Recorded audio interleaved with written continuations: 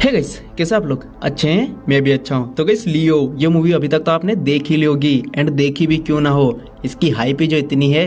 And इसको देखने के बाद आपके भी मन में कई सारे सवाल उठ रहे होंगे, क्योंकि ये मूवी हमको लोकी यूनिवर्स के आंसर से ज्यादा उसके बारे में क्वेश्चन देके जाती है, उसके बारे में थ्योरीज देके जाती है। और आज हम इस वीडियो में उन्हीं सवालों के जवाब और कुछ थ्योरी को डिस्कस करने वाले हैं।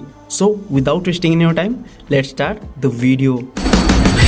तो सबसे पहला क्वेश्चन निकल कर आता है, where is Rolex? Is Rolex dead? क्योंकि रोलेक्स हमको लास्ट टाइम दिखा था विक्रम मूवी में, जो कि टाइमलाइन फॉलो करती है 2019 की। एंड अगर हम लियो को देखें तो ये मूवी 2022 की टाइमलाइन फॉलो करती है। तो क्या रोलेक्स ने इन 3 सालों में विक्रम से बदला नहीं लिया होगा? क्योंकि हम सबने लियो के पोस्ट क्रेडिट सीन में देखा है कि विक्रम अभी जिंदा है। तो अगर विक्रम जिंदा है तो रोलेक्स मर चुका होगा, क्योंकि रोलेक्स इन 3 सालों में शांत बैठने वाला तो नहीं, क्योंकि उसके जो 27 सालों का साम्राज्य है वो विक्रम ने खत्म करा है। उसके 2 लाख करोड़ रुपए के माल को उसने जलाया है। तो इतने बड़े एम्पायर और इतने बड़े व्यक्ति का एम्पायर डाउन करने के बाद कोई इंसान भला कैसे जिंदा रह सकता है, और वो भी रोलेक्स जैसे इंसान के सामने? तो according to this theory Rolex गया होगा विक्रम और दिल्ली से अपना बदला लेने, एंड विक्रम, दिल्ली और अमर ने टीम अप करके रोलेक्स को मार दिया होगा। इसीलिए तो हमें लियो में रोलेक्स का कोई ना तो सिंबल देखने को मिला एंड ना ही उसकी कई झलक देखने को मिली। एंड ऐसा भी हो सकता है कि ये सब हमको केथी 2 में देखने को मिले कि रोलेक्स मर चुका है एंड उसकी जगह अब कोई दूसरा नया विलन इंट्रोड्यूस होगा। एंड अगर हम कुछ रूमर्स की माने तो अभी हमको सुनने को मिल रहा था कि एलसीयू में रामचरण एंड चियान विक्रम की भी एंट्री होने वाली है। तो हो सकता है कि केथी 2 में हमको ऐसा दिखा है कि रोलेक्स मर चुका है एंड उसकी जगह अब दूसरे बड़े गुंडे ने ले ली है, जैसे चियान विक्रम एंड रामचरण। एंड हो सकता है कि कोई और भी बड़ा एक्ट्रेस में शामिल हो जाए। और अगर हम लोकेश कनगराज के इंटरव्यू को फॉलो करें तो उन्होंने बताया कि प्रभास की जो मूवी आने वाली है वो मूवी उनके यूनिवर्स की एंड गेम होने वाली है। तो ऐसी भी पॉसिबिलिटी है कि उस मूवी में प्रभास एज ए हीरो नहीं एज ए विलन इंट्रोड्यूस कराया जाए और वो हो एलसीयू के मेन बिग डैडी। बट ये सिर्फ एक थ्योरी है। आपका इस थ्योरी पर क्या कहना है? आप अपने ओपिनियन कमेंट्स में मुझे जो बताना। तो अब बढ़ते हैं अपने दूसरी थ्योरी की तरफ।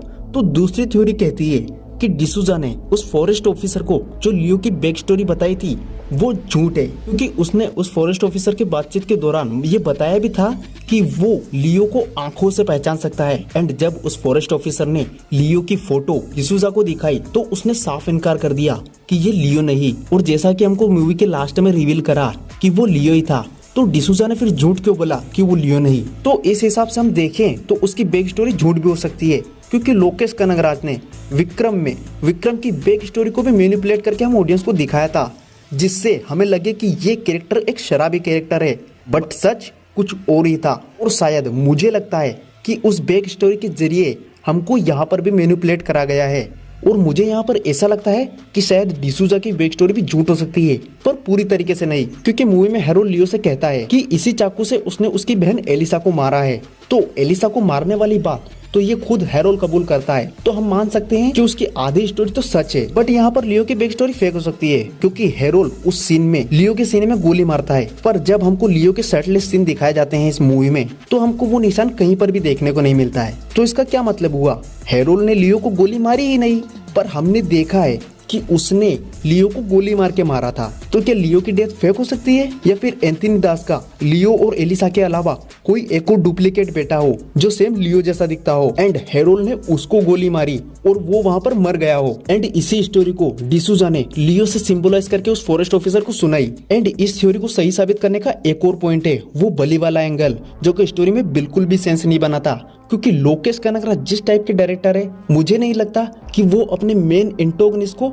इतने बचकाने मोटिव के साथ प्रेजेंट करेंगे। एंड वो मोटिव्स हम ऑडियंस को भी फोर्स फील होने लगता है। एंड ऐसा भी हो सकता है कि एंथनी और हेरोल्ड के साथ साथ उन्होंने हम ऑडियंस को भी मैनिपुलेट करा है। इसीलिए तो लियो की बैक स्टोरी में इतने सारे लूप होल्स हैं, जिनको शायद लोकेश कनगराज आने वाली लियो 2 में फिक्स कर दे। बट याद रखना ये भी सिर्फ एक थ्योरी है। खैर, हमने कुछ इंटरेस्टिंग फैन थ्योरी तो डिस्कस कर ली, अब डिस्कस कर लेते हैं कुछ इंटरेस्टिंग सवालों के बारे में। तो सबसे पहले एक क्वेश्चन निकल कर आता है कि पार्थी की बेटी चिंटू ने उस हाइना का नाम एलिसा क्यों रखा? क्योंकि एलिसा लियो के सिस्टर का नाम था। तो ये कोई कोइंसिडेंस तो नहीं हो सकता, स्पेशली लोकेश कनगराज की मूवी में ये बिल्कुल भी कोइंसिडेंस नहीं हो सकता। हाँ, सिद्धार्थ ने उसका नाम घोस्ट सजेस्ट किया था, ये समझ में आता है कि विक्रम का रेफरेंस है, बट एलिसा ये कुछ अजीब लग रहा है। तो यहाँ पर दो पॉसिबिलिटी हो सकती है। पहली तो लोकेश कनगराज हमको शायद आगे आने वाले प्लॉट ट्विस्ट के बारे में हिंट दे रहे हो, या फिर दूसरी पॉसिबिलिटी पार्थी ने ही उसे बताया हो इनडायरेक्टली किसी अननोन स्टोरी के माध्यम से, जिसमें उसने अपने बहन के प्रति प्यार को जाहिर किया हो और वही प्यार चिंटू को उस हाइना में दिखा पार्थी के प्रति, तो इसलिए उसने उसका नाम एल्सा रख दिया हो। वैसे ये बस मेरी पर्सनल थ्योरी है,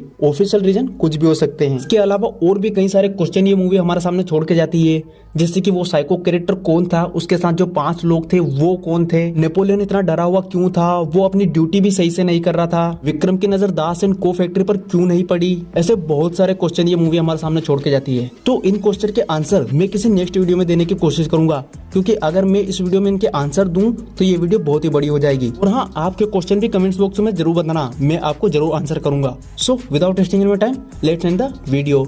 bye bye, see you soon, take care.